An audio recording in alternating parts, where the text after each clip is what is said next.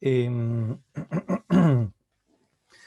Antes de iniciar con el tema puramente tal que nos corresponde, siempre recordar que todos estos aspectos que hemos estado hablando en las clases nuevas, ¿cierto? Incluyendo la parte de epitelio que recién hablamos con Ricardo, em, eso lo vamos a volver a retomar al momento del taller. Y en el taller, obviamente, vamos a tener que desarrollar nuevamente dibujos y esquemas en torno a lo que implica la, la graficación de la comprensión del concepto que ustedes están teniendo respecto a estos temas. Así que eso es importante. Ahí está tanto el taller como el momento de la evaluación, entendiendo que en el taller es donde mostramos los énfasis de los aspectos que deben de rescatar y conservar, ¿ya?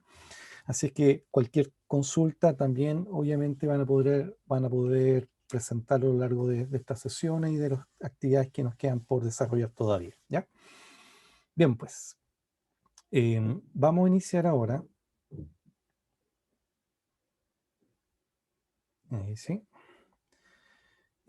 Con la continuación de lo que Ricardo hace un tiempo atrás ha iniciado con la descripción del tejido conectivo. Esta vez nos vamos a centrar en características del tejido conectivo fibroso, como se le suele llamar, o tejido conectivo probablemente tal, y tejido adiposo también, ¿ya? Sí, eso van a ser los énfasis. Vamos a estar aludiendo también a ciertas variedades, pero ellos son particularidades que hay que describir nada más. Em, Usted en la primera parte de esta reunión del día de hoy, eh, se desarrolló una comprensión básicamente de esta parte, ¿cierto? De lo que corresponde a la estructura epitelial. Si se fijan, están todos los estratos bien acá planteados: el estrato basal, el estrato espinoso, estrato granuloso, estrato córneo. Y se han insertado ciertos elementos más, como lo que vemos acá en esta acino glandular, que también es de origen epitelial, como ven, y algunos detalles que se han ido fortaleciendo conceptualmente, como es la presencia de la membrana basal. Esto, como ven, a esto tenemos que después llegar a desarrollar y llegar a plantear, pero es muy relevante también considerar que el éxito y la estabilidad del epitelio depende absolutamente del tejido conectivo.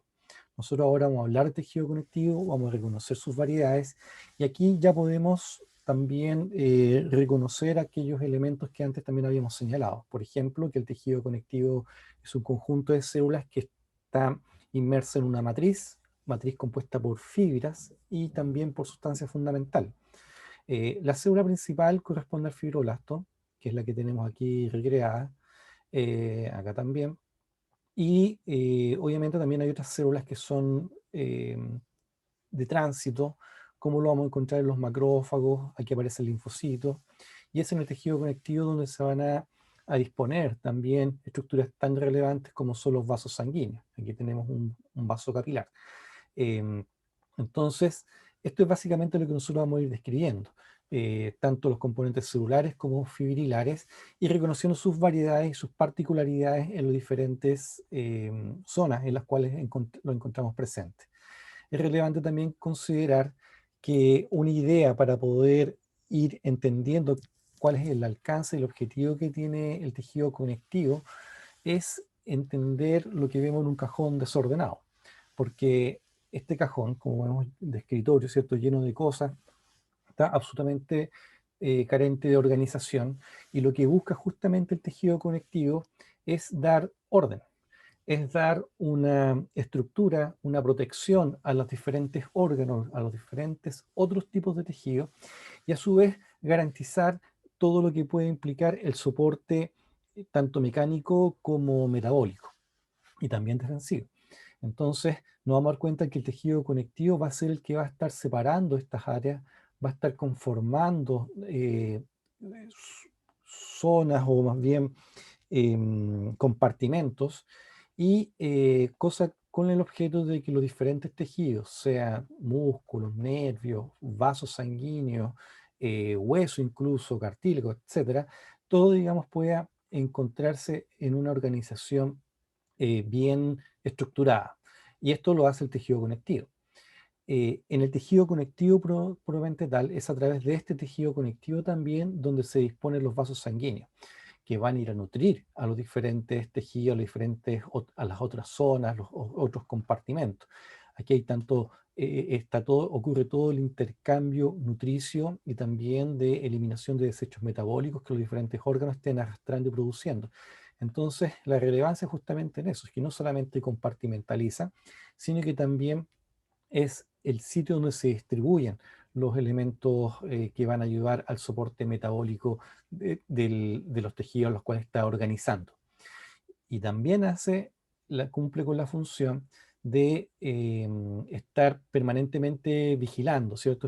Estos discos en azul corresponden a células del sistema inmunológico que van a estar ahí patrullando, vigilando, estando permanentemente alerta ante cualquier signo de irritación o eventual daño que haya que corregir. Entonces, esos son básicamente las funciones que estamos observando nosotros en el tejido conectivo.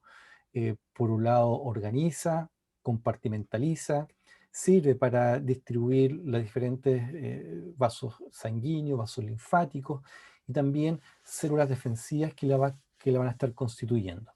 Entonces, nosotros vamos a ver que el tejido conectivo cumple gran parte de todas estas funciones, sea cual sea la naturaleza de donde se esté encontrando.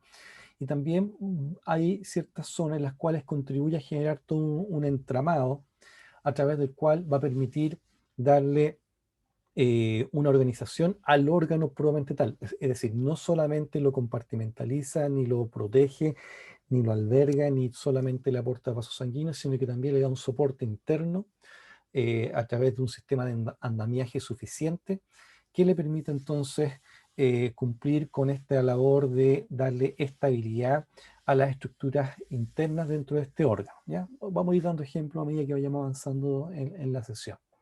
Entonces, hay una situación muy distinta entre lo que es una situación de desorden o de falta de organización versus en todo lo que nos ayuda el tejido conectivo en sí. Nosotros acá, por ejemplo, vemos una sección de una pierna de un animal donde no solamente vemos el hueso, no solamente vemos el canal medular, conceptos que ya reconocemos, sino que vemos todo un músculo que está cortado acá, pero si miramos con detalle nos damos cuenta que todos los músculos tienen una gran envoltura externa, ¿cierto?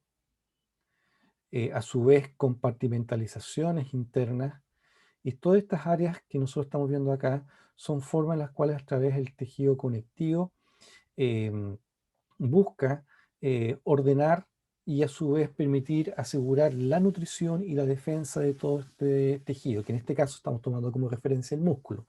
Lo mismo pasa con el tejido nervioso y otras estructuras anatómicas de relevancia. Entonces, si nosotros tuviéramos que reconocer dónde está presente el tejido conectivo, realmente el tejido conectivo está en todas partes. Lo encontramos bajo los epitelios, envolviendo los músculos, envolviendo vasos sanguíneos, protegiendo nervios, órganos mayores, glándulas, etc.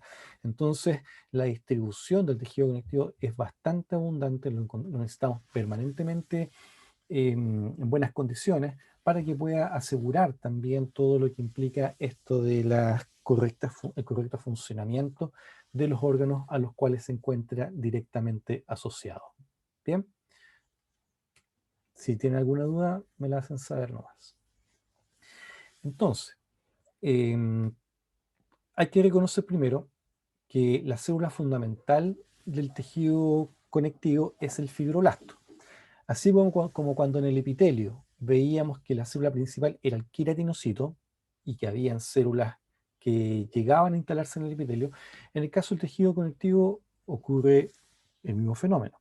Es decir, hay una célula principal, que sería el fibroblasto, y hay otras células también que van acompañándolas, entre ellos macrófagos, muchas células blancas y otras más que vamos a describir a continuación. El fibroblasto va a ser la célula responsable de la generación de todo este ambiente. Es decir, va a ser la responsable de la producción de las diferentes proteínas fibrilares, responsable de la producción de ciertas proteínas globulares que vamos a encontrar también, y también de la sustancia fundamental. Entiéndase todas estas proteínas, peptidoglicanos, glicosaminos glicanos y toda esta cuota de alta hidratación que tienen toda esta parte, todo este componente extracelular. Entonces es el fibroblasto, la célula clave, que nos ayuda a nosotros a entender el de la composición de todos estos elementos que estamos describiendo, ¿ya? Em, Al ser una célula muy importante en el tejido conectivo, la vamos a encontrar permanentemente presente a todo lo largo y todo lo ancho del tejido propiamente tal. Eh, Siempre van a ser numerosas células. Recuerden que la particularidad del tejido conectivo es que las células no están unidas entre sí, sino que hay un espacio ocupado por fibras y sustancia fundamental, y con ello entonces el fibroblasto va a ser la célula principal y responsable de la generación de todo este microambiente que reconocemos y que compone el tejido conectivo propiamente tal. El fibroblasto puede pasar por estados de actividad y de inactividad. El término que se suele ocupar cuando está inactivo es de fibrocito, ¿ya? Sin embargo, es un término que no se ocupa tanto, pero lo pueden encontrar ustedes en la literatura, así que por eso igual es importante tenerlo presente. El fibrocito será entonces esta forma inactiva, donde vamos a encontrar una célula más bien alargada, con escaso citoplasma, un núcleo picnótico, todas las características que nos permiten reconocer a una célula que está con baja actividad metabólica. Es lo mismo que veíamos en los tratos superficiales del epitelio. Una célula o en la célula de revestimiento del periósteo. Toda célula que tiene baja actividad metabólica tiene un menor volumen citoplasmático, un núcleo muy compactado y picnótico, ¿ya? Entonces, esas es, digamos, las características de esto. Y esto sería la forma inactiva del fibroblasto, al cual se le suele dar el nombre de fibrocito. La forma que regularmente nosotros la describimos es describiendo este aspecto como en estrella, ¿cierto? Por eso cuando uno dibuja el fibroblasto lo dibuja como con múltiples prolongaciones, y a su vez con un gran volumen, un gran núcleo. Recuerden que estamos dibujando acá en este momento con el mouse, entonces no es tan fácil. Y un gran citoplasma secretor, ¿cierto? Obviamente, ¿qué es lo que va a secretar? Va a secretar las, las moléculas fibrilares que van a ser parte de la composición del tejido conectivo, y también todo lo que corresponde a estas proteínas globulares y glicosaminoglicanos y proteoglicanos que van a permitir que esto esté altamente hidratado. Entonces, digamos, lo que nosotros siempre debemos tener presente, y es lo que vamos a pedir caracterizar cuando estemos hablando de fibroblastos activos, ¿ya? El núcleo está más grande, el núcleo lo bien desarrollado y todos los signos propios de una gran actividad metabólica. Acá tenemos lo que regularmente se le llaman como células migratorias, ¿cierto? Obviando la figura del fibroblasto, eh, y obviando también la del adipocito, todas las otras células son relevantes de reconocerlas. El macrófago, que ya lo habíamos descrito, la célula plasmática, los linfocitos, neutrófilos, eosinófilos, basófilos y mastocitos. De todas estas células, que recordemos que son todas producidas y generadas en la médula ósea, en el tejido hematopoyético, de todo este grupo tiene una especial relevancia lo que son los macrófagos y los mastocitos. Es decir, estas dos células son las que nosotros deberíamos de recrear toda vez que tenemos que caracterizar al tejido conectivo. Si nosotros volvemos a nuestro esquema original de acá, en este esquema tenemos presente el fibroblasto, las proteínas fibrilares, la sustancia fundamental, el linfocito acá y el macrófago. Pero la otra célula que les decía yo, y que es muy relevante tenerla presente, corresponde al mastocito o célula cebada. La célula cebada o mastocito se caracteriza por ser una célula predominantemente redonda, con un núcleo central y múltiples gránulos que se encuentran presentes en su citoplasma, ¿ya? Si nosotros adelantamos la diapositiva, este mastocito es una célula redonda, de núcleo grande, central y múltiples gránulos que se encuentran dispuestos en su interior. Esto mismo es lo que hemos querido hacer acá. Tenemos una célula, célula mastocito o célula cebada. Cebada se le llama porque está lleno de gránulos, por eso se le llama cebada. Y estas dos células, que son las que estamos destacando en este rato, son especialmente necesarias de tenerlas permanentemente presentes en la concepción del tejido conectivo. ¿Por qué? Porque ambas células cumplen roles esenciales en lo que es la generación de la respuesta defensiva. Habíamos señalado en la primera parte que el epitelio es una barrera mecánica, pero es una barrera mecánica que te defiende ante la agresión de lo que pueden ser bacterias que podemos tener presentes ahí en la superficie y que las tenemos, y que el epitelio impide que entren, agresión mecánica también, y todo esto hace que el epitelio proteja de algún modo al tejido conectivo y a todos los órganos que se encuentran en el interior. Esa es la relevancia del epitelio. Cuando encontramos una situación de vulneración, supongamos que este rayo corresponde al daño epitelial, ¿ya? Se rompió el epitelio, obviamente aquí van a entrar, va a ser puerta de entrada para que gérmenes, bacterias, agentes infecciosos entren y se desarrollen dentro del tejido conectivo. Entonces aquí es cuando cobra la especial rol que cumplen este tipo de células, porque esta célula, el macrófago, que es una célula con capacidad fagocítica, va a ir justamente, va a migrar y va a llegar acá, justamente con la idea de poder empezar a iniciar la acción defensiva, fagocitando los elementos injuriantes. Después nos vamos a dar cuenta que el macrófago cumple otros roles también, pero por ahora quedémonos con este concepto en cuanto a la importancia y la relevancia de lo que es la presencia de estas células en lo que es la acción defensiva. Por otro lado, el rol que indicábamos en la otra célula que es relevante de reconocer correspondía a la célula cebada o mastocito. Ante esta misma agresión, mientras está ocurriendo esta invasión bacteriana, el macrófago, decíamos que salía a iniciar una respuesta defensiva, pero la célula cebada también recibe el estímulo, principalmente estímulos mecánicos, y va, ante esa condición, va a generar la liberación de sus gránulos. Y estos gránulos, en términos genéricos, se le llaman aminas vasoactivas, van a cumplir la función de modular las propiedades que tiene el vaso sanguíneo. ¿Ya? Entonces, ante una acción de agresión, pérdida de integridad del epitelio, salen los macrófagos, o sea que están ahí en el mismo tejido conectivo, van los macrófagos ahí a trabajar y tratar de contener esta agresión, y por otro lado, la célula cebada libera sus gránulos, que son aminas vasoactivas, para cambiar las propiedades del vaso sanguíneo. ¿Y cuáles son las propiedades esenciales que va a cambiar? Primero, va a hacer que el vaso sanguíneo se dilate, entonces hablamos de una vasodilatación. Y la segunda propiedad que cambia es que hace que este vaso sanguíneo se vuelva más poroso. Entonces hay una vasodilatación y un aumento de la permeabilidad vascular. ¿Ya? Esos dos conceptos por ahora les voy a pedir que los retengan. Dado que esto se logra por la acción inmediata que hace los gránulos que se encuentran contenidos en la célula cebada o mastocito.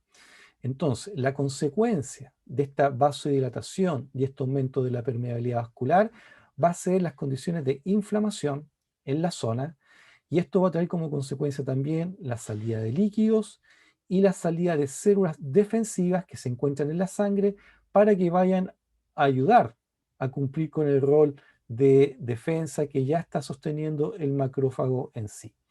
Entonces, de todas estas células que nosotros estamos describiendo acá, hay un especial rol que debemos de visibilizar en cuanto a la presencia de los macrófagos y de los mastocitos, ¿ya? Entonces, eso para que de este listado retengamos esto. Todas las otras células también lo vamos a encontrar eventualmente en el tejido conectivo.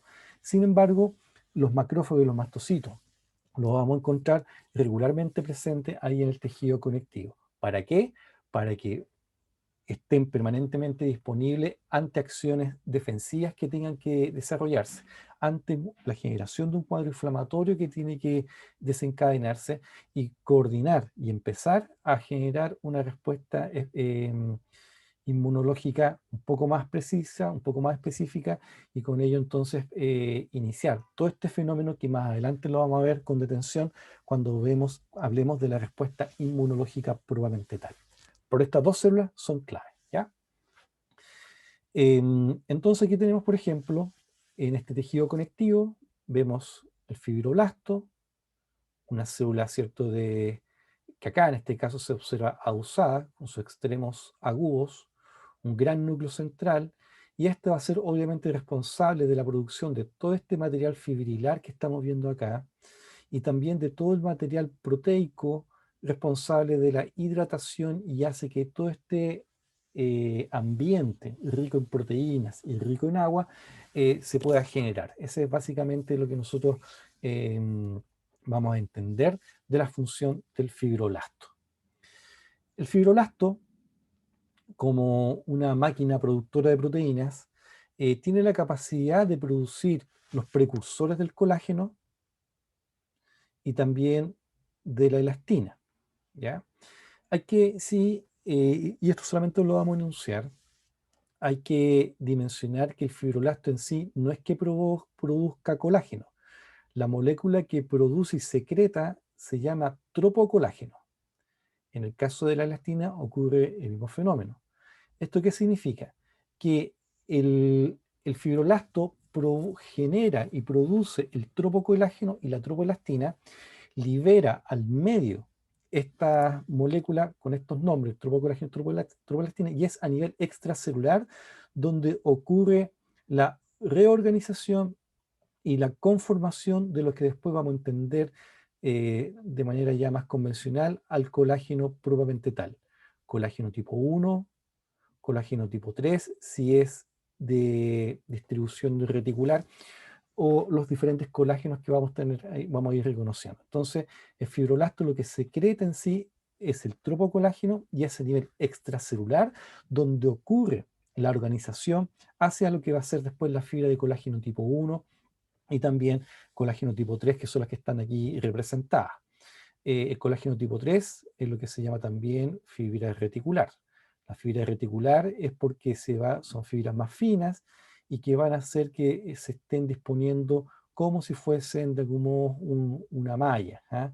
En cambio, el colágeno tipo 1 es un penacho de fibras más grueso, y esto, digamos, lo que vamos a encontrar presente también en la matriz del tejido conectivo. En el caso de la elastina, es una proteína distinta, ¿cierto? A ratos se suele caracterizar como una fibra fina o más bien como una fibra media serpenteante o como resorte, em, que es la forma en la cual se suele caracterizar la fibra elástica.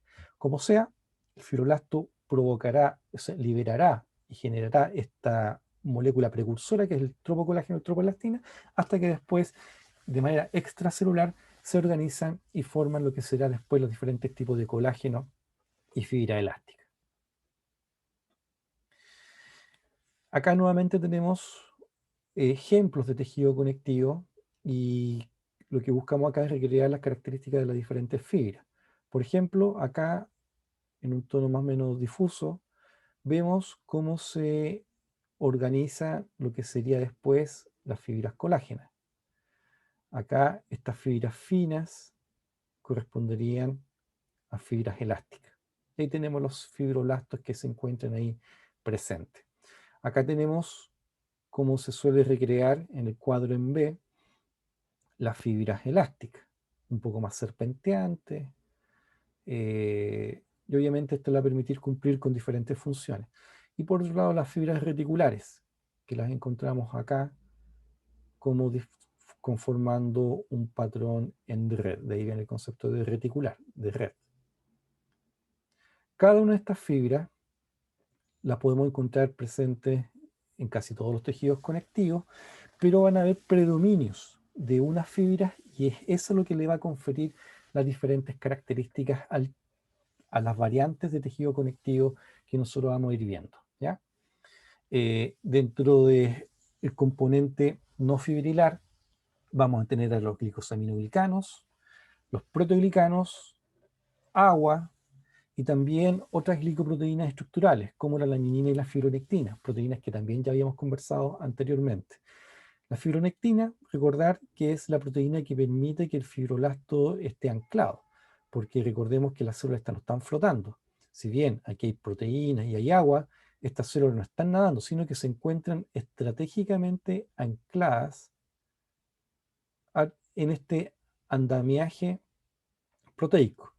Y esas anclas o esos puntos en los cuales logra estabilizarse dentro de esta matriz es a través de la fibronectina. Entonces, eso digamos lo que nosotros deberíamos considerar. Esto no es una estructura acuosa, es un gel semifluido, y a través de ella entonces es como se disponen los diferentes elementos estructurales, proteicos, globulares y celulares probablemente tal. Aquí tenemos, por ejemplo, lo que reconocemos en esta microfotografía, lo que bien podría corresponder a un fibroblasto acá, ¿cierto? Y el entramado fibrilar. Pero ellos se encuentran anclados estratégicamente con proteínas de membrana y proteínas globulares presentes acá a través de las fibronectinas que se encuentran ahí presentes. Algo similar ocurre en la laminina, pero que se encuentra esta a nivel de las membranas basales. Todo esto que hemos descrito es lo que regularmente nosotros observamos en los tejidos conectivos, ¿ya? El componente fibrilar, el componente celular, las proteínas que hay, son las que de algún modo se van a distribuir de diferentes formas para que podamos reconocer los diferentes tejidos conectivos. En este rato, nosotros vamos a describir principalmente estos cuadros que aparecen aquí en verde. Vamos a hablar de tejido conectivo propiamente tal, o también llamados tejidos conectivos fibrosos, y los tejidos adiposos, reticular y elástico. En el primer grupo, el tejido conectivo, vamos a partir describiendo estos tejidos en función de las características que tienen de acuerdo a la disposición y número de sus fibras, material fibrilar que secreta. Para todos, para todos estos tejidos conectivos, el fibroblasto sigue siendo la célula principal. Sin embargo, las grandes variaciones están en el componente fibrilar y también la relación con su sustancia fundamental. El primer tejido que vamos a caracterizar corresponde al tejido conectivo denso regular. El tejido conectivo denso regular se le llama denso por la gran cantidad de fibras colágenas.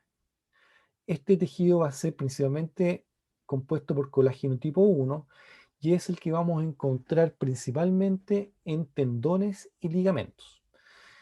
Se le llama regular por la disposición orientada que tienen las fibras, es decir, todas las fibras siguen un mismo sentido.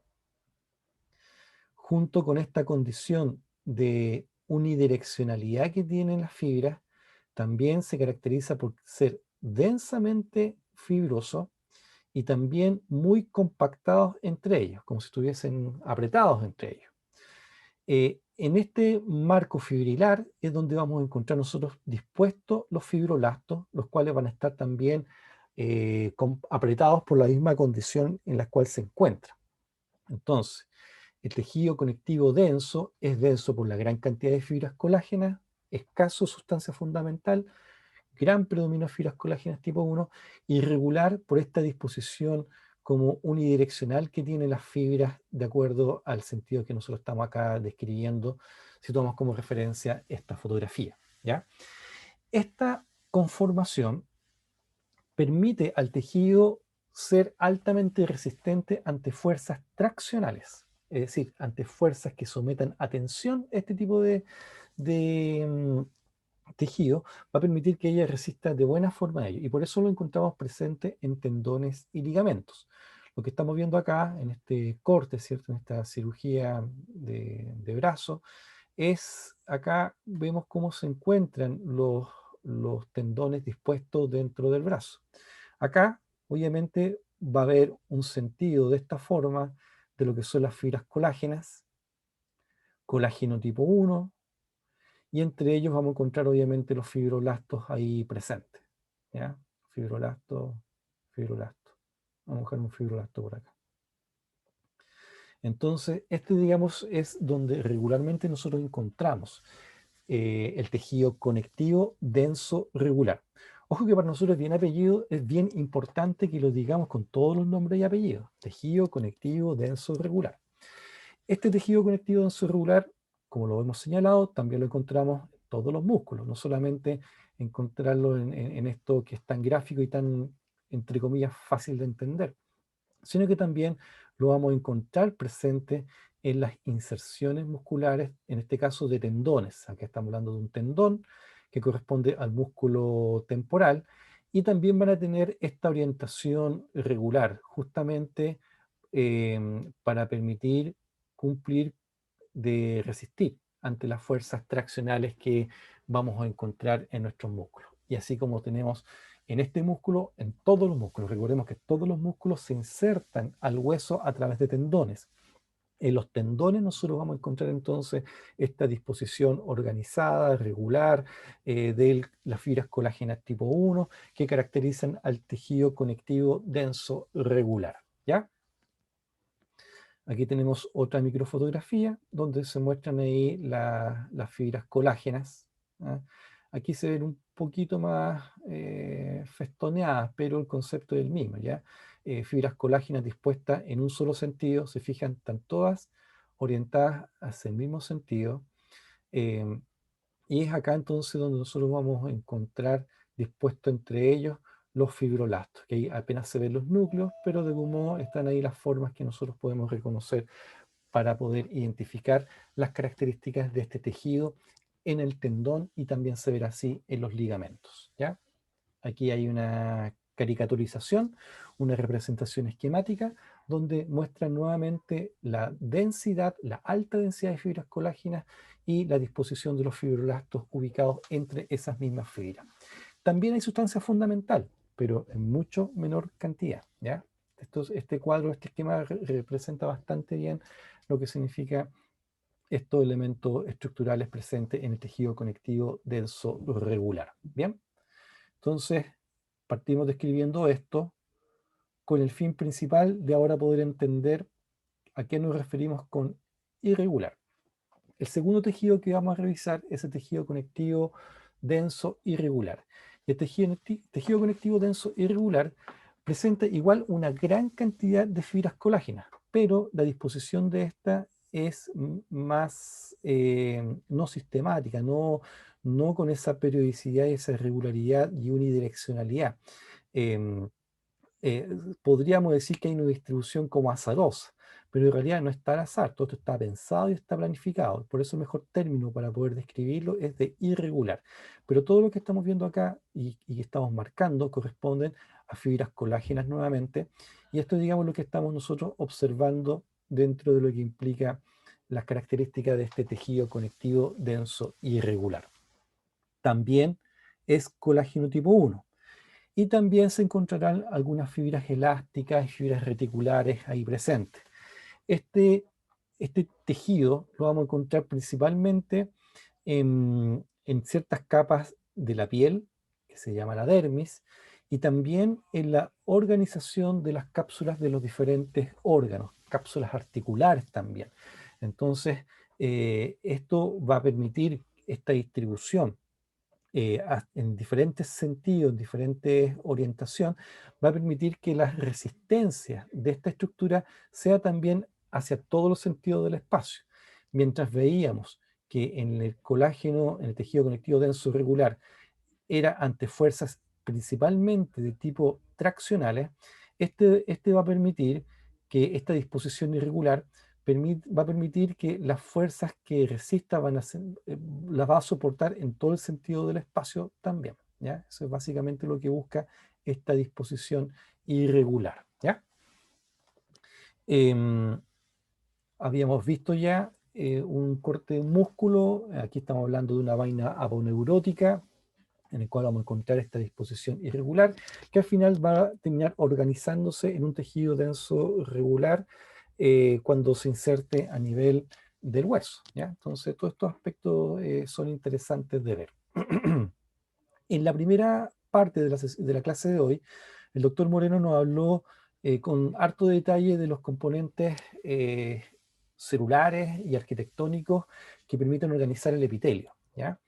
El tejido conectivo denso irregular, lo vamos a encontrar acá, principalmente en esta zona de acá, en la zona de la dermis llamada, ¿ya? Entonces en la dermis vamos a encontrar este tejido donde nosotros vamos a poder reconocer que hay un tejido conectivo denso irregular, justamente para permitir cumplir con estas funciones de resistencia como a la piel se le pide que sea capaz de someterse. Así que es importante que vayamos visibilizando esta disposición. Ya lo vimos conformando cápsulas de órganos y ahora lo encontramos también en la dermis de la piel puramente tal. Profe, Nuevamente, sí. disculpe, la disposición irregular que permitía el soporte de peso o de presión. eh, Al tener las fibras orientadas de diferentes formas, permite que resista fuerzas en todo el sentido del espacio. Aquí están las líneas de fuerza. Cosa distinta que veíamos en el tejido conectivo denso regular, donde el sentido de resistencia estaba principalmente hacia el sentido en el cual se orientan las fibras. En este caso, como es una disposición irregular, permite que el cuerpo o la estructura resista en varios sentidos las fuerzas traccionales principalmente, ¿ya? Ya, profe, gracias. Entonces volvemos a dar un ejemplo acá de un cráneo donde hay un músculo temporal que tiene su inserción, ¿cierto? La inserción está dada por este tejido conectivo denso regular, ¿cierto? Como lo dijimos, pero la vaina aponeurótica que estamos viendo acá bien, achurando en este momento, estaría compuesta por tejido conectivo denso irregular, ¿ya? Entonces, eso para que lo tengamos ahí en consideración en cómo se van integrando todos estos tejidos. Lo mismo en cada uno de los músculos, ¿ya? Algunos tendrán un supertendón, otros tendrán un tendoncito, pero todos se insertan a través de este mismo tejido al tejido óseo probablemente tal. Y que en realidad no llegan directamente al hueso, sino que llegan al periósteo, que también va a llegar a su parte fibrosa, periósteo fibroso. Entonces, si siguen la lógica, tejido óseo, periósteo celular, periósteo fibroso, y este se va a continuar después con eh, ya sea con ligamentos o con tendones, ¿ya? Entonces, comprendido ya lo que es el tejido conectivo denso regular y el tejido conectivo denso irregular, ahora vamos a hablar del tejido conectivo laxo. El tejido conectivo laxo también se le llama areolar. Es un término que lo van a encontrar en la literatura, en los diferentes textos, que por lo regular nosotros no lo ocupamos. Nosotros generalmente hablamos de tejido conectivo laxo, así que, pero igual es importante que reconozcamos la sinonimia. Y como vemos acá, el predominio de lo que nosotros vamos a encontrar en este tipo de tejido es el alto volumen de sustancia fundamental. Entonces, como hay una gran cantidad de sustancia fundamental, vamos a encontrar nosotros los componentes celulares característicos, muchas proteínas fibrilares, pero principalmente muchas proteínas globulares que se han hidratado y todo este componente eh, rico en agua, este gel que nosotros ya habíamos señalado y caracterizado para la sustancia fundamental. Este tipo de tejido conectivo lo encontramos principalmente en la membrana del mesenterio, esta membrana que recubre las vísceras en el abdomen.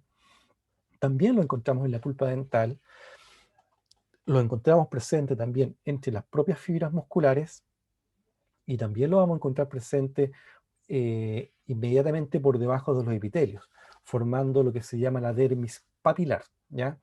Eh, entonces, ese es para que vayamos reconociendo. Esto corresponde a la membrana del mesenterio, esto es que está en amarillo, ¿cierto? Toda esta parte de lo que nosotros vamos a estar viendo acá. Y esto es justamente es lo que vamos a ver en su composición.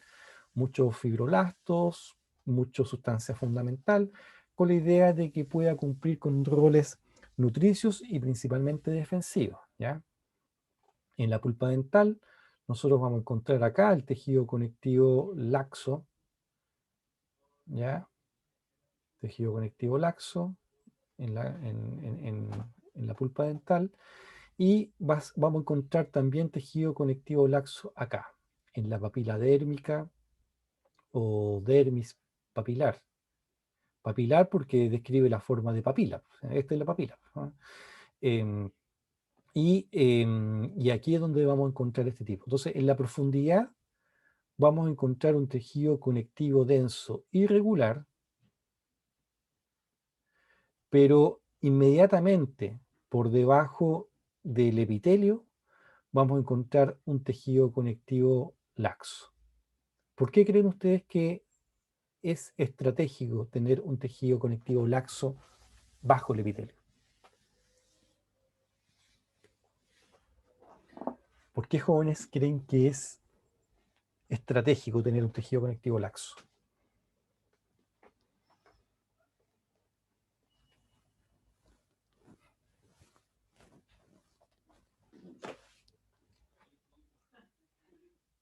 Primero, por la nutrición.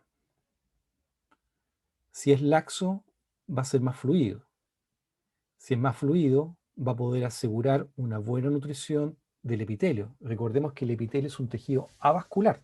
No tiene vasos sanguíneos en su arquitectura, sino que depende estrechamente de su relación con el tejido conectivo subyacente para asegurar la nutrición. Entonces, para ello, vamos a tener bajo él un tejido conectivo laxo con la idea de asegurar una eficiente nutrición. La otra razón por la cual hay tejido conectivo laxo es por razones defensivas. Ya habíamos señalado que si tenemos una agresión que implica perder epitelio, supongamos que todo esto se desprendió, que esto ocurre fácilmente en una caída, en una erosión, en un corte, entonces necesitamos que haya estas condiciones de laxitud justamente para que las células defensivas vayan a cumplir su rol. Los fenómenos de inflamación se desencadenen de manera óptima para ir a conducir la respuesta defensiva y también lo que será después la respuesta de cicatrización. Entonces, para ello necesitamos tener este tipo de tejidos ubicados en estas zonas también, ¿ya? Y con eso entonces tenemos caracterizados los tejidos conectivos densos irregular, denso regular y el tejido conectivo laxo. Aquí nuevamente tenemos nuevos esquemas donde vemos nuevamente la distribución de las fibras. Aquí lo vemos distribuido en todos sentidos de los ejes del espacio. Eh, Hay un poco más de sustancia fundamental, pero sigue siendo muy denso. Aquí vemos no solamente que sean densos, sino que hay una orientación y un sentido único. Eso, digamos, lo que caracteriza en este caso al tejido conectivo denso regular. Y en el tejido conectivo laxo, una menor densidad de fibras y un mayor número de células y también de sustancia fundamental para que nosotros lo vayamos reconociendo. Todos estos aspectos que estamos señalando, nosotros lo vamos a estar citando regularmente durante todas estas clases y también después en el segundo año cuando nos volvamos a encontrar. Y de todos estos tejidos que nosotros más vamos a estar ocupando va a ser el tejido conectivo laxo. Cuando digo ocupar desde un punto de vista conceptual, porque es acá donde ocurren los fenómenos inflamatorios, donde ocurren las acciones defensivas principales, ¿cierto? Donde se desencadena y se genera mucho de las respuestas inmunológicas. em, las infecciones que van a cundir por esos lados. Entonces, tejido conectivo laxo es de suyo relevante que también lo llevemos a una condición prioritaria en la comprensión de los conceptos, ¿ya? Bueno, ya en esta última parte vamos a hablar de estos tres tipos de tejidos que corresponden al tejido adiposo, el tejido reticular y el tejido elástico. Em, el tejido, vamos a partir por el 2 nuevamente, el tejido reticular. El tejido reticular tiene por célula fundamental a la célula que se le llama reticulocito. Sin embargo, el reticulocito es un fibroblasto en realidad. ¿Ah? Es un fibroblasto que va a producir las fibras reticulares que va a producir el colágeno tipo 3 que habíamos señalado recién. Y esto, digamos, es lo que va a caracterizar y va a estar presente dentro de esto. Ahora bien, es interesante también reconocer que el rol de estas células y de las fibras reticulares es generar el entramado de soporte para las células en las cuales están participando dentro del órgano que está colaborando. Dicho de otra forma, aquí hay un órgano que tiene una afinidad tintorial hacia la hematoxilina, que tiene un rol, que en este caso corresponde a un ganglio linfático. Y el ganglio linfático debe sus funciones y sus características principalmente por estos elementos que estoy destacando en celeste. Entonces el ganglio linfático cumple su rol de ser ganglio linfático por estas células que están acá y también por otras que se encuentran presentes ahí entre medio. Pero ¿qué hace el tejido reticular o las fibras reticulares? Lo que hacen las fibras reticulares es justamente crear el soporte para que las otras células puedan cumplir su función. Este rol de soporte es lo que regularmente se le llama estroma, ¿ya? Entonces vamos a ver que estos fibroblastos, estos reticulocitos, van a estar conformando el estroma de este ganglio. ¿Para qué? Para que el ganglio pueda cumplir su función. ¿Cuál es la función del ganglio? En este caso, roles defensivos. En otros momentos van a ser glándulas, en otros momentos van a ser glándulas endocrinas, glándulas exocrinas. Lo vamos a encontrar presente también en órganos mayores como el hígado o el vaso, incluso hasta en la médula ósea, pero va a estar dándole principalmente este rol de soporte y de estabilidad y de ayudar en la organización. Acá tenemos, por ejemplo, la recreación de los islotes pancreáticos. Y en los islotes nosotros vamos a tener una organización epitelial, ¿cierto? Estos son islotes de epitelios, están todos unidos, produciendo el material, pero el soporte, es decir, el componente estromal, va a estar dado por las fibras reticulares o tejido conectivo reticular, que al final va a ser lo que va a estar dando esta conformación y este soporte a modo de red para que puedan entonces el resto de las células cumplir su función. Esta función de soporte es lo que se le llama estroma.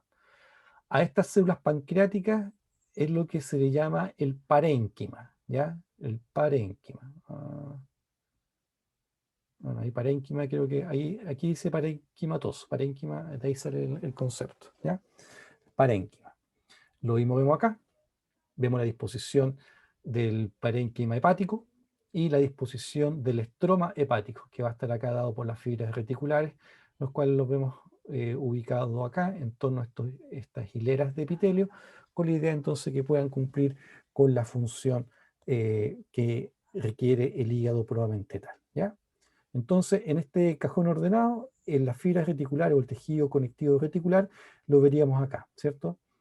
En esta organización del compartimento que va a permitir que las estructuras se encuentren bien organizadas y bien sostenidas.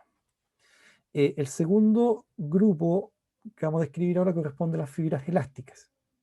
Las fibras elásticas obviamente deben su nombre por el predominio de fibras elásticas.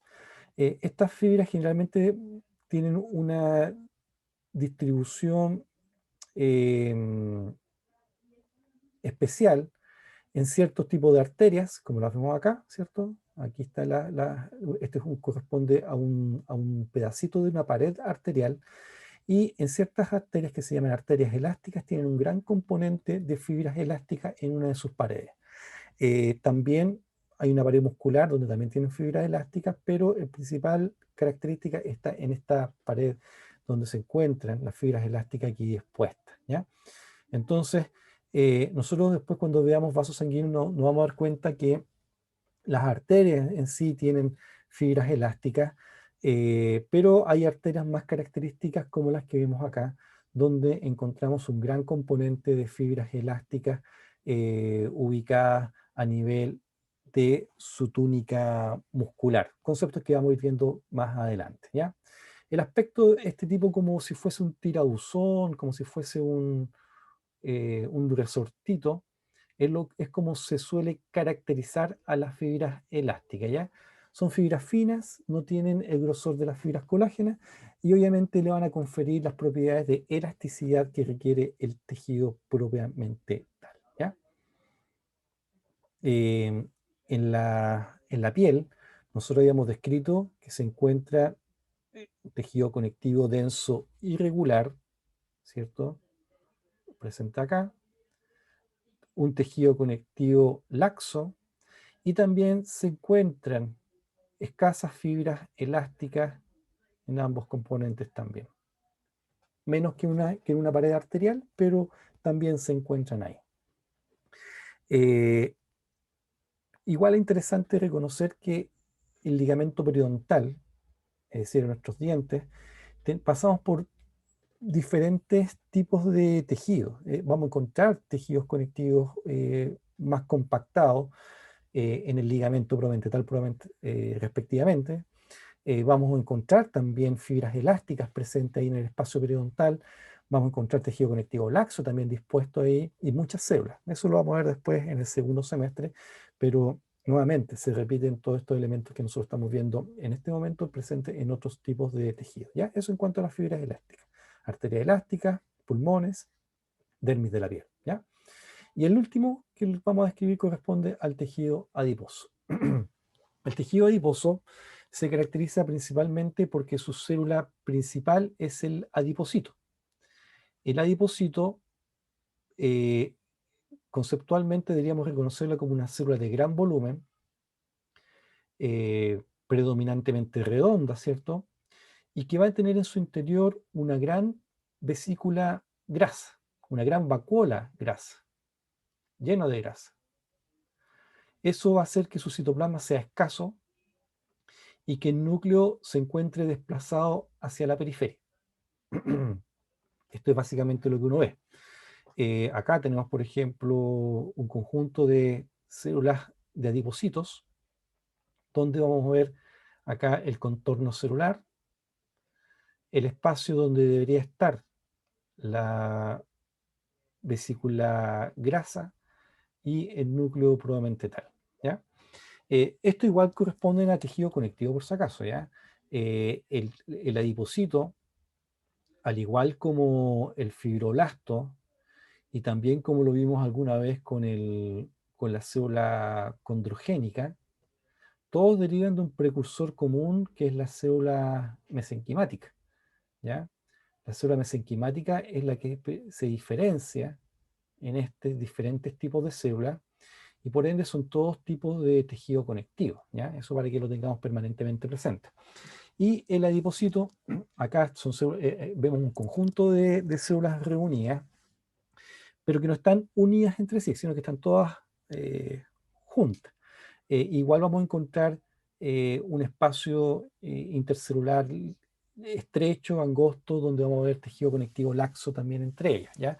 Pero básicamente esto, digamos, lo que nosotros debemos tener presente en cuanto a lo que es la característica del adipocito como parte del tejido conectivo y reconocer este precursor que viene de la célula mesenquimática. Eh, en, en la histología normal, nosotros vamos a encontrar principalmente con las tinciones convencionales solamente los contornos celulares, ¿ya? Recuerden que el componente graso se pierde durante el procesamiento. Y aquí nuevamente rescatar la idea que el doctor Moreno siempre nos transmite. Uno en los cortes histológicos y cuando somete esto a procedimientos de tinción, lo que tiñe son las proteínas. Es eso lo que uno está tiñendo. Es eso lo que se va a teñir a la eosina, a la hematoxilina, etc.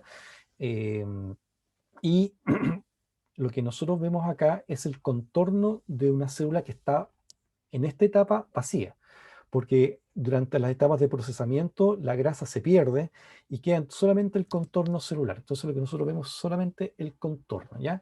Y esto, digamos, lo que nosotros vamos a estar viendo regularmente en un corte histológico con el adipocito propiamente tal ahí ubicado, ¿ya?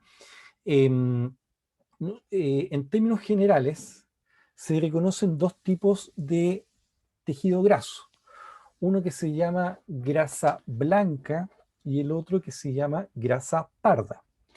La grasa blanca es la que tiene todas estas características que nosotros hemos señalado acá, ¿ya? Todo lo que nosotros hemos descrito es lo que corresponde a grasa blanca. La diferencia con la grasa parda es que la grasa parda también es una célula grande, pero no vamos a encontrar una sola vesícula, sino que vamos a encontrar múltiples vesículas en su espesor citoplasmático. Y ahí nos va a permitir reconocer la diferencia desde un punto de vista morfológico, lo que es una grasa blanca de una grasa parda. Entonces va a ser la presencia de estos múltiples lóculos, que es el término que se ocupa para describirlo histopatológicamente, y también con su núcleo como lo hemos descrito también. En este caso, un núcleo redondo, no tan marginado como lo veíamos en el otro, pero sí un citoplasma lleno de estas vacuolas llenas de grasa. Esto va a hacer que le confiera un color pardo o a veces medio grisáceo, al momento de compararlo con la otra grasa que se va a ver macroscópicamente blanca, ¿ya? La grasa blanca versus la grasa parda. Nosotros tenemos grasa blanca principalmente dispuesto en todo el cuerpo, es decir, bajo toda la piel nosotros tenemos una capa de grasa. Nosotros ya hemos visto de epitelio, hablamos de la dermis papilar, hablamos de la dermis reticular, y bajo esa dermis reticular encontramos nosotros una capa de grasa. Obviamente dependerá del sitio anatómico, del tipo de piel, si será más o menos gruesa esa capa, pero el tejido adiposo lo encontramos distribuido en toda esa zona. También encontramos células grasas del tipo blanco en la médula ósea, que también lo habíamos descrito anteriormente, y también lo encontramos presente en todos los tejidos conectivos, como lo hemos descrito regularmente, ¿ya? Mientras que la grasa parda se encuentra principalmente en recién nacidos, ¿ya? Son los recién nacidos los que presentan esta grasa parda y se ubica casi exclusivamente en la zona de la espalda, en el espacio interescapular, entre los omóplatos, en las zonas cervical baja y esa zona probablemente tal, y en parte del cuello. Entonces, ese es donde se distribuye principalmente la grasa parda en humanos. La grasa parda también se encuentra más distribuida, más presente en mamíferos que hibernan, como los osos. Entonces, el oso que hiberna tiene harta cantidad de grasa parda.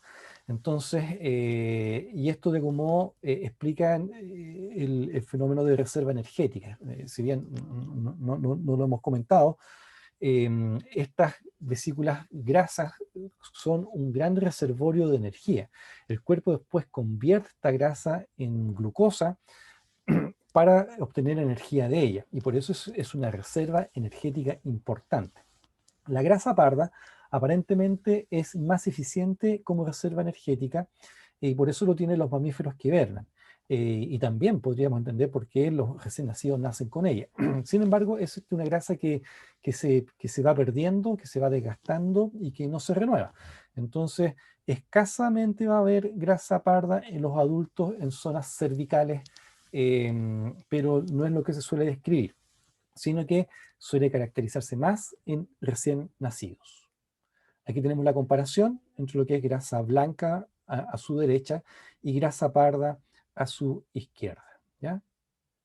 Entonces, hemos visto del epitelio, hablamos del tejido conectivo laxo que se encuentra inmediatamente bajo los epitelios, del tejido conectivo denso irregular, y ahora hemos hablado de la grasa blanca presente en la capa más profunda de la piel, ¿ya? Entonces, como ven, hemos descrito ya varios elementos constituyentes de la piel.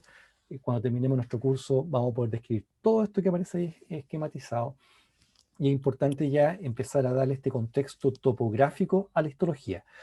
Es decir, con qué tejido se asocia anatómicamente, cuáles son las ubicaciones, cuáles son las distribuciones, cuáles son las funciones que tiene que ir cumpliendo para que puedan entonces llevar a cabo sus diferentes funciones, ¿ya? Acá tenemos nuevamente una recreación de un hueso largo, la médula amarilla, y aquí hay secciones de adipocito. El adipocito debería ser algo por ahí, ¿no? Si nosotros lo estamos dibujando acá, la vesícula y el núcleo, ¿no? Un poco eso para que vayamos completando esto de un punto de vista conceptual, ¿ya?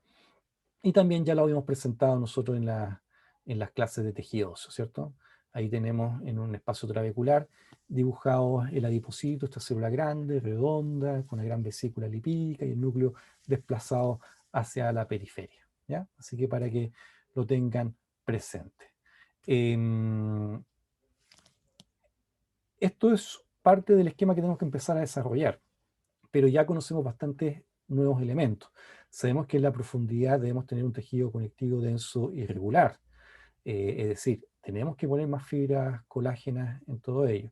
Sabemos que en la profundidad, si es piel, vamos a estar hablando de células grasas. Sabemos que este tejido conectivo laxo y la importancia de considerar elementos celulares como las células cebadas, ¿ya? Y todos estos aspectos que vamos a ir profundizando y entendiendo mejor cuando sigamos avanzando en nuestro curso. Bien, preguntas, comentarios. Profe, yo tengo una duda de la fibronectina. ¿Ya? ¿Qué le pasó? Que ¿en la fibronectina se organizaban las otras fibras? ¿O la No, fibronectina es...? no. Nosotros lo que dijimos era que la fibronectina es el puente, una proteína globular que permite que los fibroblastos se anclen a todo el resto del andamiaje proteico fibrilar, ¿ya? Nosotros insistimos en la idea de que las células no están flotando, tampoco están nadando, sino que se encuentran estratégicamente apoyadas y ancladas para poder ubicarse en esos espacios. Y eso lo hace a través de la proteína de la fibronectina. Ah, ya. Gracias, profe. ¿Más preguntas, jóvenes? Ricardo, Profe, ¿sí? ¿esta presentación la va a subir también o no? Sí, como todas las presentaciones las hemos subido, así que no se preocupe por ello. ¿Más preguntas? No, no por mi parte, Rodrigo, no. Ya, Ricardo, perfecto. Claro. Bien, jóvenes, entonces estamos listos por hoy y dejaremos los materiales disponibles el fin de semana y también el compromiso de llevarles sus notas, ¿cierto? Para que dispongan de ellas para el cálculo final y que el doctor Nicole también lo hace para entregar las notas. Así que eso sería dentro de estos próximos días, ¿ok? Estamos... Sí, Joaquín. ¿Dónde es que se encontraba esa grasa parda en los recién nacidos? ¿Dónde es que se encontraba? En la zona interescapular, en la parte de la espalda, por acá. Cuello bajo, pero por detrás. Bien, jóvenes, estamos listos entonces. Nos vemos ya. Que les vaya muy bien, que tengan buen fin de semana.